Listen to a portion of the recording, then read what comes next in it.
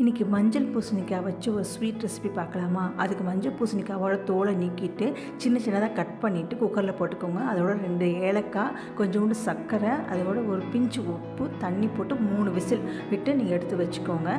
அதுக்கப்புறம் ஒரு பேனில் கொஞ்சோண்டு நெய் விட்டு முந்திரி, பாதாம், ஃப்ரூட்டி இதெல்லாம் போட்டு நல்லா வறுத்தெடுத்து வச்சுக்கோங்க.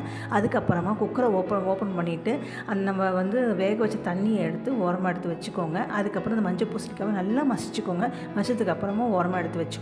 ஒரு பேனில் கொஞ்சமாக ஜவ்வரிசி போட்டுட்டு நம்ம பூசணிக்காய் வேக வச்ச தண்ணி இருக்குங்க இல்லைங்களா, அதையும் போட்டுட்டு ஒரு ஆஃப் பாயில் வெந்ததுக்கப்புறமா நம்ம மசிச்சு வச்சுருந்த பூசணிக்காவையும் போட்டு நல்லா கலரி விட்டுட்டு நல்லா கொதிச்சதுக்கப்புறமா உங்களுக்கு தேவையான அளவுக்கு சர்க்கரை போடுங்க.